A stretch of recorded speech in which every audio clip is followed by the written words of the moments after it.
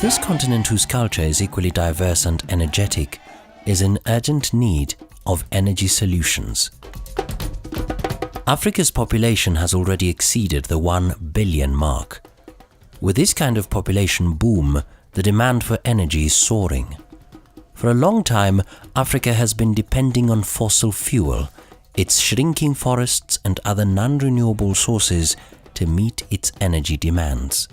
Every year, around 700 million people depend on traditional cooking technologies to meet their daily energy needs.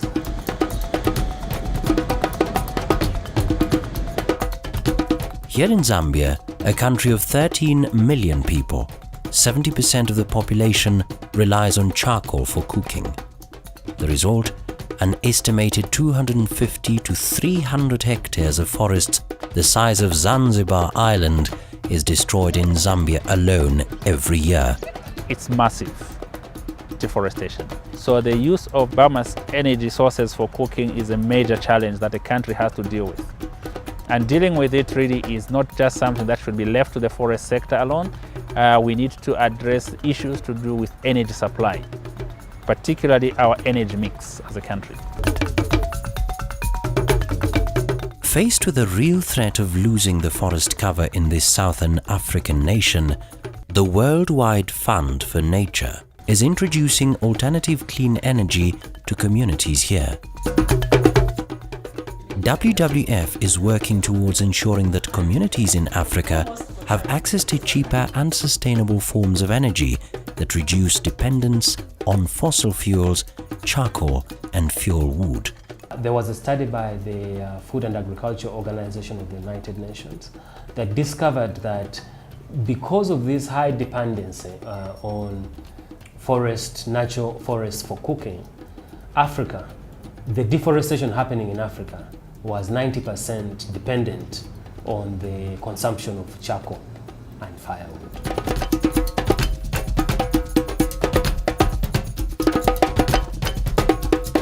Through its Earth Hour initiative, an annual event in which cities the world over switch off lights for 1 hour, WWF's advocacy for clean energy has spread across 178 nations.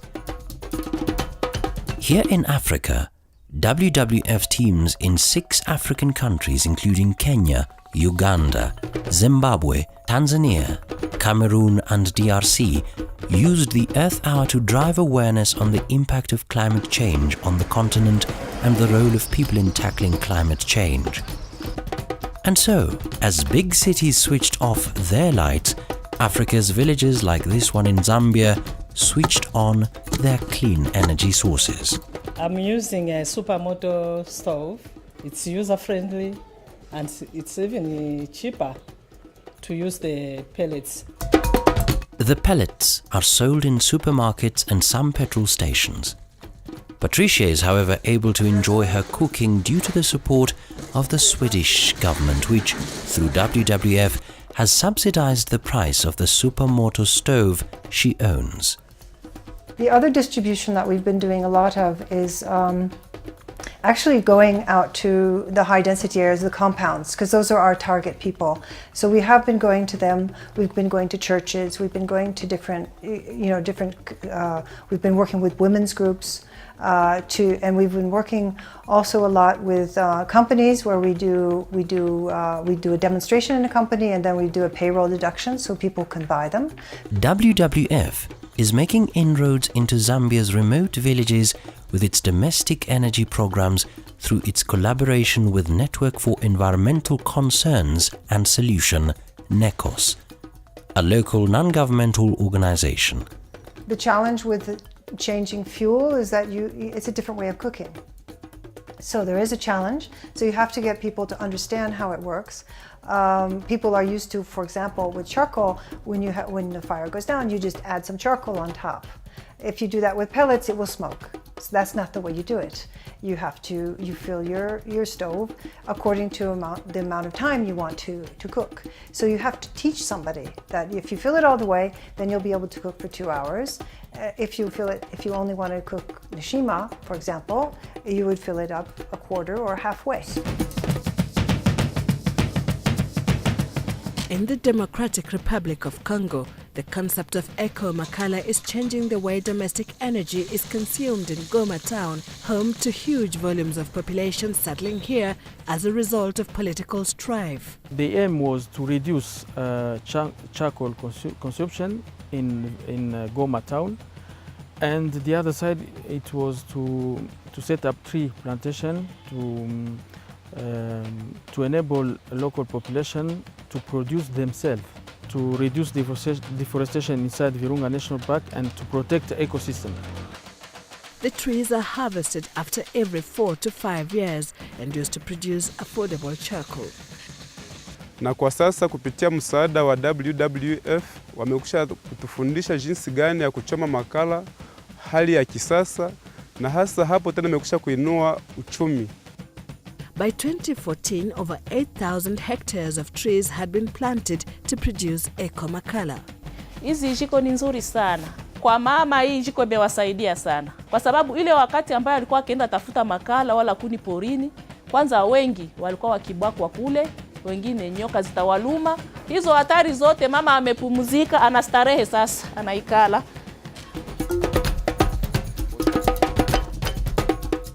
WWF's solar success story is replicated in Uganda, where the Clean Energy Champion District concept has been successfully piloted in Kasese district. Located in southwestern Uganda, Kasese is in the Albertine Rift. A top tourist destination, the rift overlaps most of Uganda's protected areas popular with tourists such as Queen Elizabeth National Park. Kasese District 1 was chosen because of key considerations. One of it was the poverty status within Kasese. Secondly was Kasese's geographical location. In terms of 60% of the area in Kasese is more under the protected areas. The other bit is the low energy access or low electrification rate, which was around at 7.2% at the time we started this. And at the same time, you realize that there is a high population growth in Kasese. WWF has brought together more than 20 organizations and numerous local groups. Together, they identify, pilot and demonstrate innovative ways to increase access to clean energy for the rural poor. We are responding to a UN call, United Nations call, of energy for all by the year 2030. And as a district, we said, how do we respond to this? How do we fit in? Because Uganda as a country has ratified that convention. So it means that we have to localize these ideas of increasing on energy access at a district level.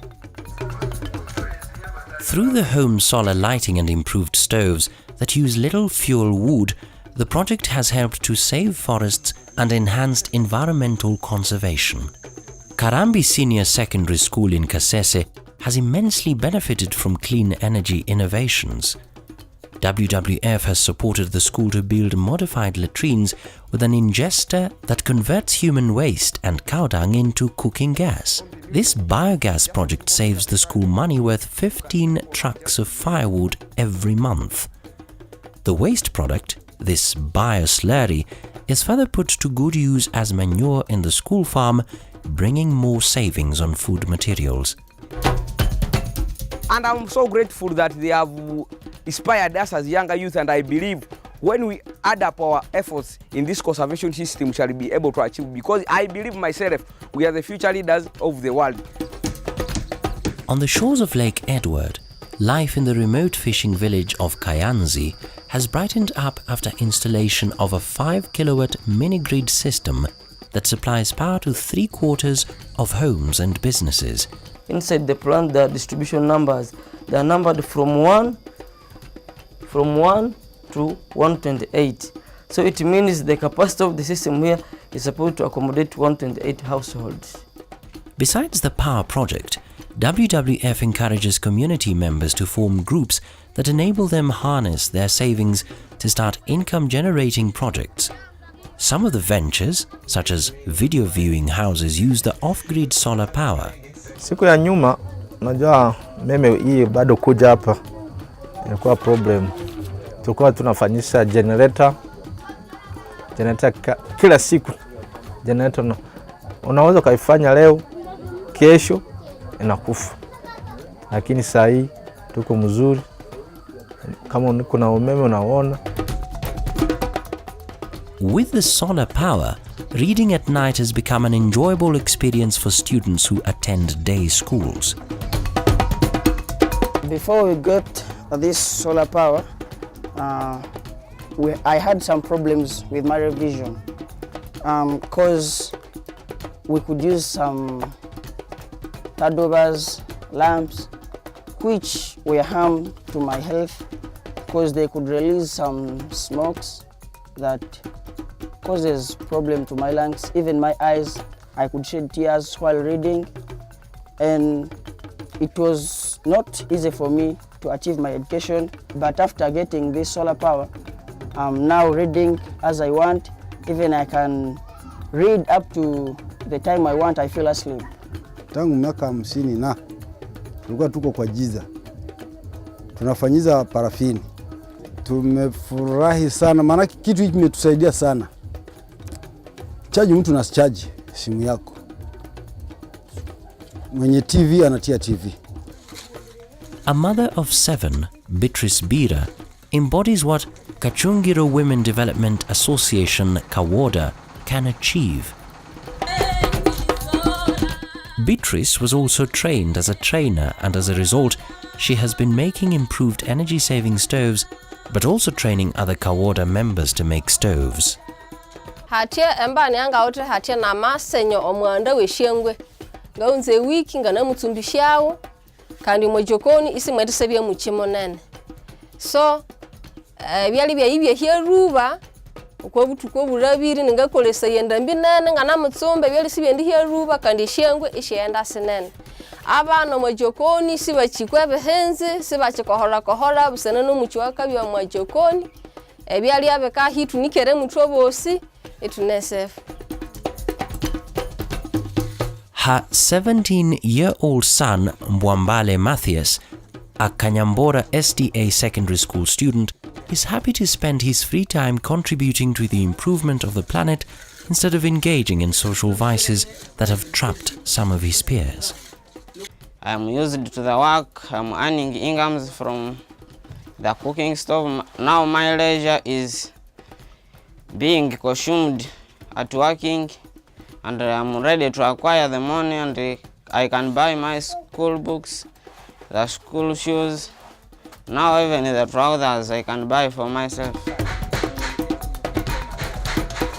Besides brightening their homes and powering their energy cooking stoves, the community now has access to entertainment they could never have, being far away from the national electricity grid. This model enhances sustainability and creates employment, hence promoting growth of local economies. This community is within the village of Kachungiro, where the village has 179 households, and out of 179 households, Kima we have reached 76 households in acquiring solar and improved cook stoves. Thank you so much, partners from WWF, for reaching the community. Through its energy hub, WWF Regional Office for Africa has adopted a multi-pronged approach to address energy issues. WWF's work combines supporting countries to develop sustainable energy policies, building capacity among civil society organizations, mobilizing communities, raising awareness, and building sustainable energy models.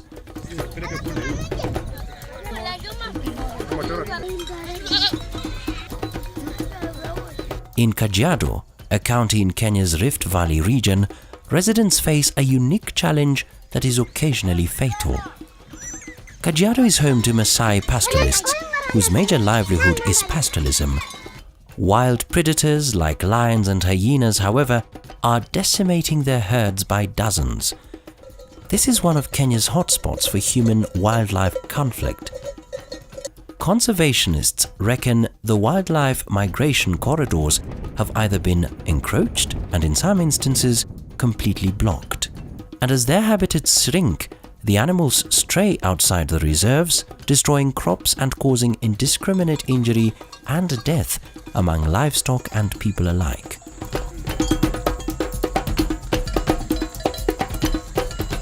And usually when they come out, we did not know whether they are inside or they have gone, so we were in a danger all the time.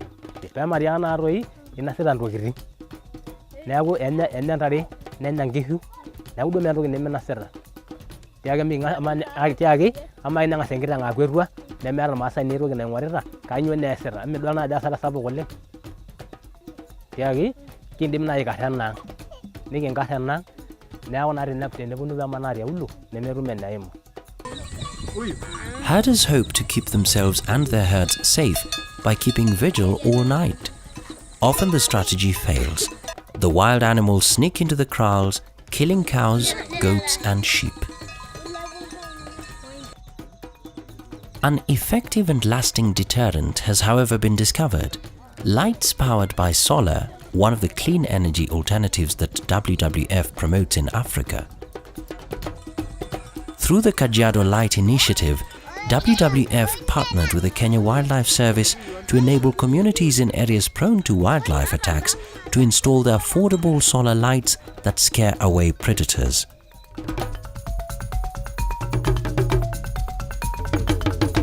We have forgotten about kerosene, other type of light that we were using for the good of our children to study during night.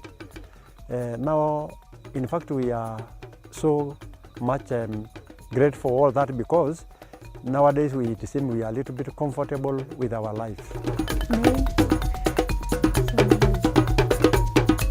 His wife and 3 children also benefit from the solar installation. They use it for cooking, lighting and reading. Kabla haijakuja ilikuwa tunatumia mafuta taa, na tukitumia mafuta taa haitusaidii vizuri kwa sababu hiyo taa ya kutumia mafuta taa haimuliki nyumba vizuri.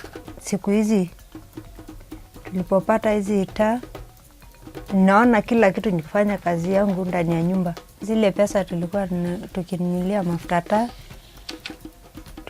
tunatumia kununulia watoto vitabu, kalamu na kusave sana tu hizo pesa. Nilipokuwa natumia taa ya koroboi, ilikuwa inanisumbua macho. Na siku yenye naleta homework nakosa kufanya juu ya hakuna mafuta taa. Nilipoletwa hizi taa ya sola haikuwa inanisumbua. Nilikuwa tunasoma na nitapelekea mwalimu nilikuwa nimemalizia kazi yangu.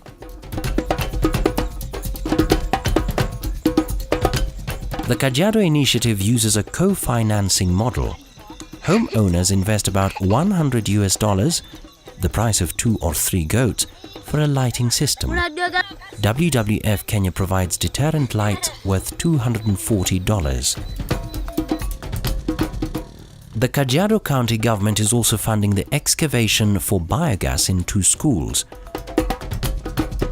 Kimura Primary School, which started in 2008, has been using hurricane lamps that consume paraffin for evening and morning preps.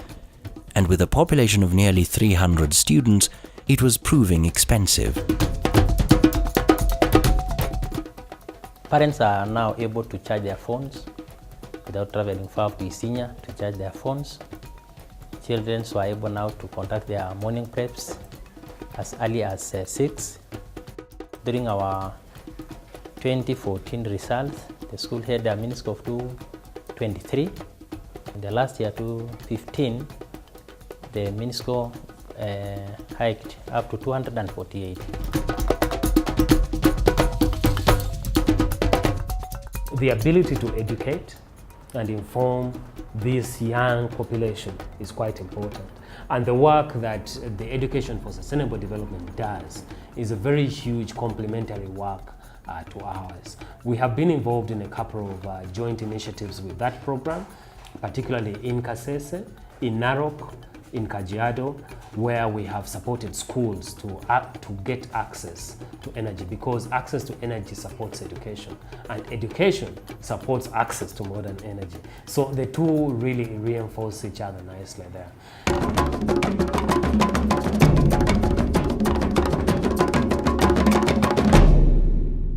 As we do pilot work in energy, like for example in Uganda, you will have seen it, we've taken on one whole district to bring energy into that district through sustainable energy source in a business model, value chain. Now, that is to show the government that it is doable. If an NGO and a group of communities can do this at the district level, surely a government can take up and scale that up nationally. It's also to demonstrate that solutions are there if sufficient consideration is given. And so the whole approach really is about demonstrating, trying to scale up, innovating, while at the same time trying to also attack the overarching drivers of biodiversity loss. We have an overall vision as the Energy Program for Africa of a future where 100% of all energy needs in Africa are met from renewable energy by 2050.